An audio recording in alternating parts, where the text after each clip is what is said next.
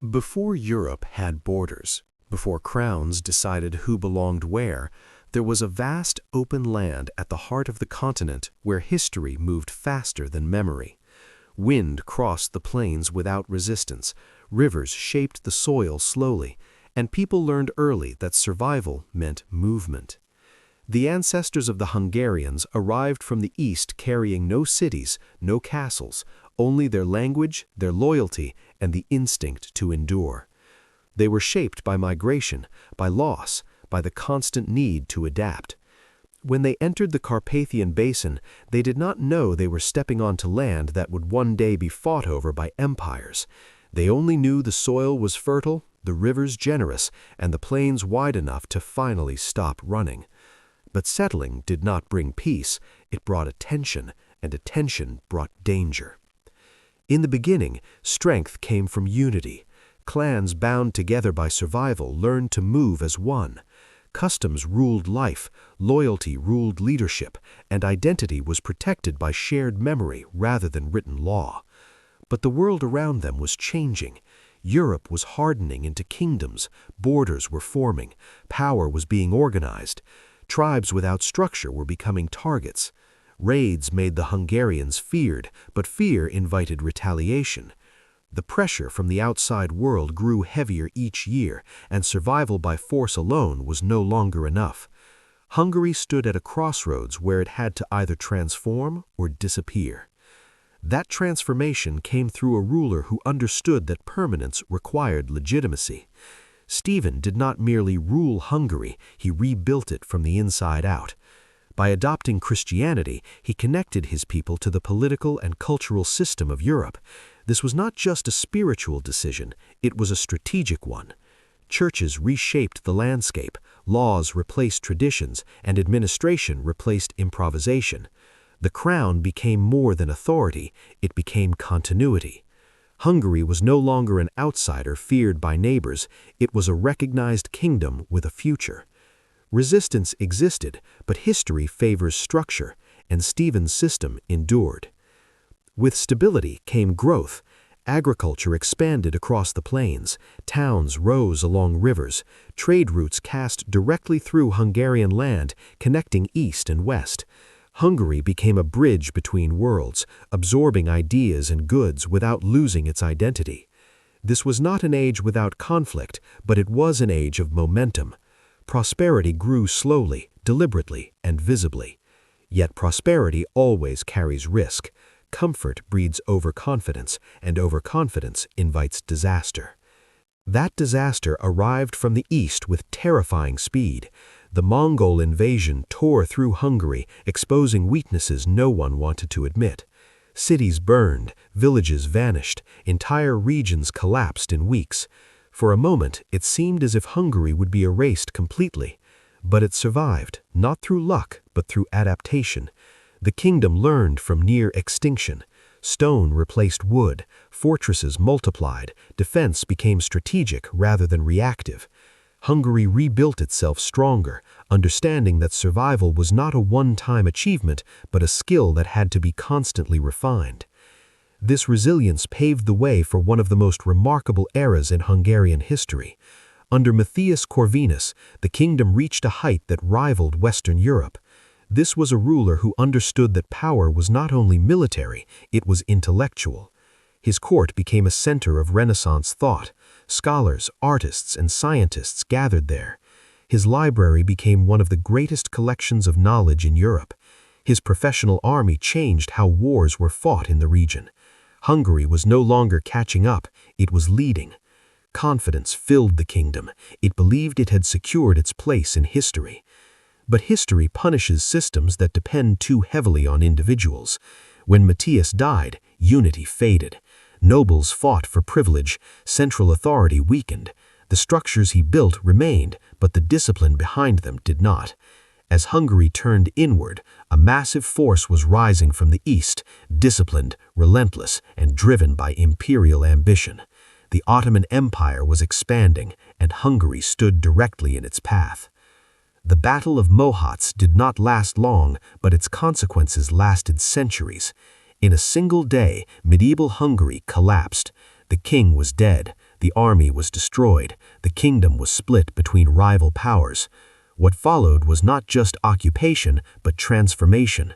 Hungary became a frontier, a scar across Europe where empires collided. Fortresses dominated the land, cities changed hands, cultures overlapped. Generations grew up knowing war as normal life. Yet even under Ottoman rule, Hungary did not disappear. Language survived, traditions adapted, identity retreated inward, waiting. When the Ottomans were finally pushed back, freedom did not fully arrive. Hungary passed into Habsburg control, gaining territory but losing sovereignty. Liberation came with new chains. Resistance simmered for generations. Sometimes it exploded into rebellion, sometimes it waited patiently. Revolutions failed, leaders were executed, promises were broken, yet the idea of independence refused to die. The 19th century brought reform, nationalism, and hope. Hungary pushed for autonomy, modernized its institutions, and demanded recognition. The result was compromise rather than full freedom. Hungary gained internal control but remained bound to Austria. It was progress, but incomplete. And then the 20th century arrived, bringing destruction on a scale Hungary had never experienced. World War I shattered empires, and Hungary paid a devastating price. Borders were redrawn without consent, vast territories were lost, millions of ethnic Hungarians found themselves separated from their homeland overnight. The trauma of this loss cut deep, reshaping politics, memory, and identity. The nation felt reduced, humiliated, and unfinished. Seeking restoration, Hungary made dangerous choices. World War II brought occupation once again, followed by something colder and longer lasting. Soviet control replaced one form of domination with another. Ideology replaced tradition, fear replaced trust. Resistance became silent. Yet in 1956, Hungarians chose defiance anyway. They rose against overwhelming force, knowing the cost. They were crushed, but their courage echoed far beyond their borders. It proved that identity could be controlled temporarily, but never erased. When communism collapsed, Hungary faced its hardest challenge, deciding who it wanted to be. Freedom returned without instructions. The transition was painful, uneven, and uncertain, but survival was nothing new. Hungary rebuilt once more, drawing strength from centuries of adaptation, loss, and resilience. Freedom returned without instructions, and Hungary stepped into the modern world carrying centuries of memory on its shoulders. The fall of communism did not erase the past, it exposed it. Old wounds resurfaced alongside new opportunities. Factories closed, markets opened, politics fractured, and society searched for balance between tradition and change. For the first time in generations, Hungarians were free to argue openly about who they were and where they were going. Some looked west, seeing integration and stability. Others looked inward, fearing that too much change would dissolve what little had survived occupation and control. This tension did not weaken Hungary, it defined it. The country had lived its entire existence between forces larger than itself, and now it had to choose without being forced. Hungary joined new alliances, opened its borders to trade, and reconnected with a Europe that had once been both protector and threat. Cities modernized, infrastructure expanded, and a new generation grew up without tanks on the streets or ideology in classrooms. Yet history never leaves quietly. The memory of lost lands, broken revolutions, and foreign rule remained embedded in national consciousness. Politics became emotional, identity became central, and debates about sovereignty echoed arguments made centuries earlier. Hungary was modern, but it was not detached from its past. It carried history forward, not as nostalgia, but as warning. To understand Hungary is to understand repetition. Again and again, the country faced moments where survival required reinvention. Tribal unity became a kingdom became a frontier became a province again. A province became a nation again. Each transformation demanded sacrifice, each survival left scars, yet those scars became sources of strength. Hungary learned that power is temporary, borders are fragile, and systems collapse, but culture endures. Language, music, folklore, and memory became shelters when walls failed. Even under foreign rule, Hungarians preserved who they were by remembering who they had been. Geography played its role relentlessly. Sitting at the center of Europe meant Hungary could never hide. Armies passed through it, empires fought over it, and alliances pulled it in opposing directions. Where other nations were shaped by oceans or mountains, Hungary was shaped by exposure. This made it vulnerable, but it also made it adaptable. Hungarians learned diplomacy alongside resistance, compromise alongside defiance.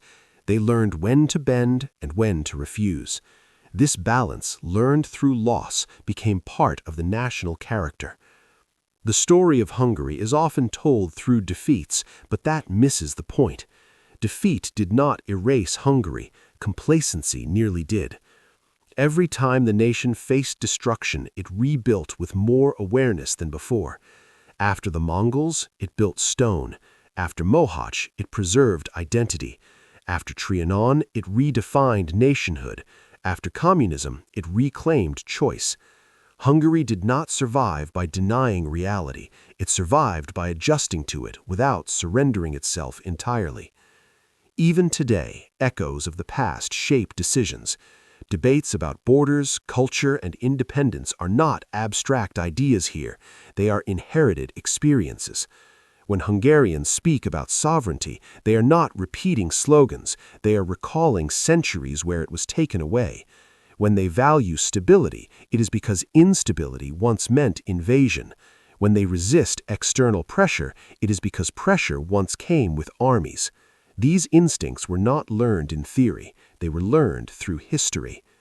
Yet Hungary is not trapped by its past. It continues to produce art, science, innovation, and thought that reaches far beyond its size. Its cities reflect layers of history standing side by side, medieval streets opening into modern avenues, old scars visible but not hidden. This coexistence of past and present is not accidental.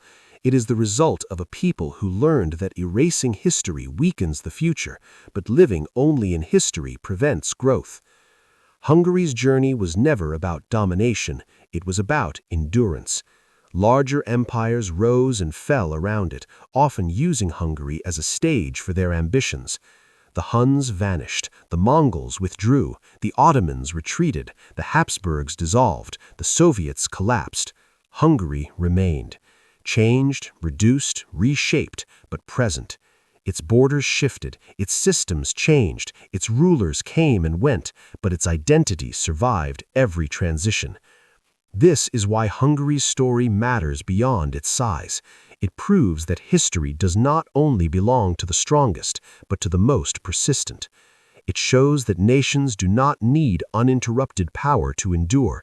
They need memory, adaptability, and the will to continue even when victory is impossible. When you look at Hungary today, you are not seeing a nation defined by a single era. You are seeing the accumulation of decisions made under pressure, compromises made for survival, and refusals made for dignity. You are seeing the result of centuries spent standing in the path of history rather than safely outside it. Hungary did not escape history, it absorbed it. And that is the quiet truth beneath every battle, every loss, every rebuilding. Hungary was never meant to dominate Europe, it was meant to endure it.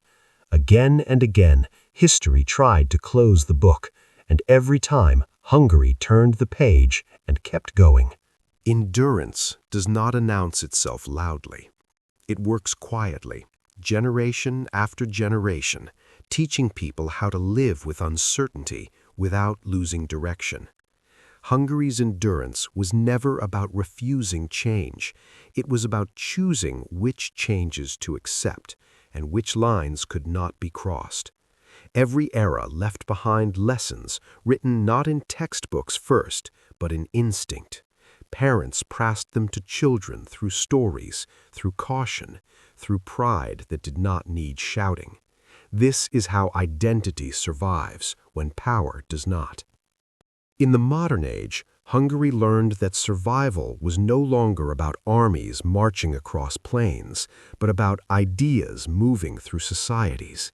Influence replaced invasion, pressure replaced occupation, and once again, Hungary found itself navigating forces larger than itself. Economic systems demanded adaptation, political alliances required compromise, cultural trends challenged tradition. Some feared this meant erosion, others saw opportunity. The truth sat somewhere in between. Hungary adapted, as it always had, selectively, carefully, aware that losing balance could mean losing control.